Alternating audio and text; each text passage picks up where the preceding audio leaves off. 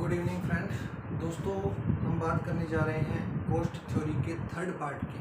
तीसरे पार्ट में हमारे सामने एक क्वेश्चन आता है कि why does in short run the AC curve is U shape, यानी अलग काल के अंदर जो कॉस्ट कर्व होती है वो यू शेप की क्यों होती है। Average cost curve U shape की क्यों होती है, ठीक है ना।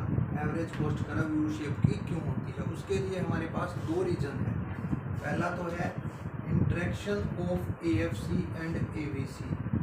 एएफसी का मतलब है average fixed cost and average variable cost. इन दोनों की जो अंतःक्रिया होती है उसके कारण जो है average cost curve U shape का हो जाता है, ठीक है। दूसरा रीजन है हमारे पास कि लॉ ऑफ वेरिएबल प्रोपोर्शन के कारण भी क्या है, जो एवरेज कॉस्ट कर्व होती है शॉर्ट रन में वो यू शेप की हो जाती है। चलिए सबसे पहले बात करते हैं interaction of average fixed cost and average variable cost. दोस्तों, जो हमें पता है कि जो एवरेज कॉस्ट होती है, average fixed cost plus average variable cost से मिलकर बनी होती है, ठीक है दोस्तों। एवरेज फिक्स्ड कॉस्ट और एवरेज वेरिएबल कॉस्ट से मिलके बनी होती है। स्टार्टिंग में दोस्तों जब एवरेज वेरिएबल कॉस्ट कम होती है और एवरेज फिक्स्ड कॉस्ट कम होती है तो उसके कारण एवरेज कॉस्ट भी कम होना शुरू हो जाती है। यानी कि ये वाला जो पार्ट है ना, ये वाला इस एम पॉइंट तक क्या है, ये दोनों कम होती है, उसके कारण एवरेज कॉस्ट भी कम हो जाती है। एक मिनिमम पॉइंट पर पहुंच जाती है एवरेज कॉस्ट। इस मिनिमम पॉइंट को क्या बोलते हैं, ऑप्टिमम लेवल ऑफ आउटपुट बोला जाता है दोस्तों।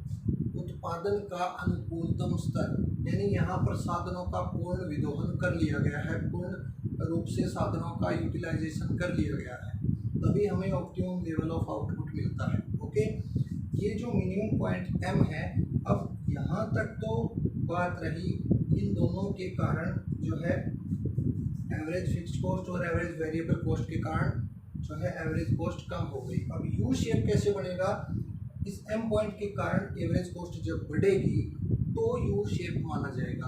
तो ये क्यों बढ़ती है, किसके कारण बढ़ती है, तो इसके बढ़ने का कारण ये होता है कि एवरेज वेरिएबल कॉस्ट जो है ना वो तो इस पॉइंट के बाद में बढ़ती है और जो एवरेज फिक्स्ड कॉस्ट है वो लगातार कम होती रहती है, ठीक है ना। इस तरीके से कर्व बनता है ना एवरेज फिक्स्ड कॉस्ट का, इस तरीके से बनता है एवरेज फिक्स्ड कॉस्ट, यही होती है ना। ये तो कम होती है और ये क्या है एवरेज वेरिएबल कॉस्ट, ये इस पॉइंट के बाद में बढ़ती है। तो दोस्तों, जो एवरेज वेरिएबल कॉस्ट के ऊपर बढ़ने की जो गति होती है और जो एवरेज फिक्स्ड कॉस्ट के नीचे गिरने की जो गति होती है, उनमें से ज़्यादा प्रभावी कौन होता है, एवरेज वेरिएबल कॉस्ट होती है। ज़्यादा प्रभाव किसका होता है, एवरेज वेरिएबल कॉस्ट का होता है। इसी कारण एवरेज कॉस्ट जो है ऊपर की तरफ बढ़ना शुरू कर देती है और इसी के कारण क्या होता है, एक शॉर्ट रन के अंदर एवरेज कॉस्ट कर्व का जो शेप है वो यू हो जाता है। क्लियर, किसी को कोई डाउट नहीं है। चलिए अब आगे बात करते हैं दूसरे की, लॉ ऑफ वेरिएबल प्रोपोर्शन की। लॉ ऑफ वेरिएबल प्रोपोर्शन क्या कहता है दोस्तों, लॉ ऑफ वेरिएबल प्रोपोर्शन हमें बताता है कि दो तरह के तो भैया साधन होते हैं, यानी फैक्टर जो है वो टू टाइप्स के होते हैं। एक होता है फिक्स्ड और दूसरा होता है वेरिएबल।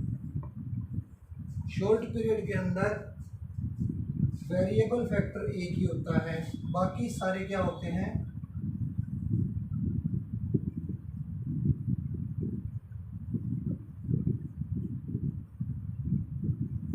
ऑल अदर जितने भी फैक्टर होते हैं वो सारे फिक्स होते हैं, ठीक है।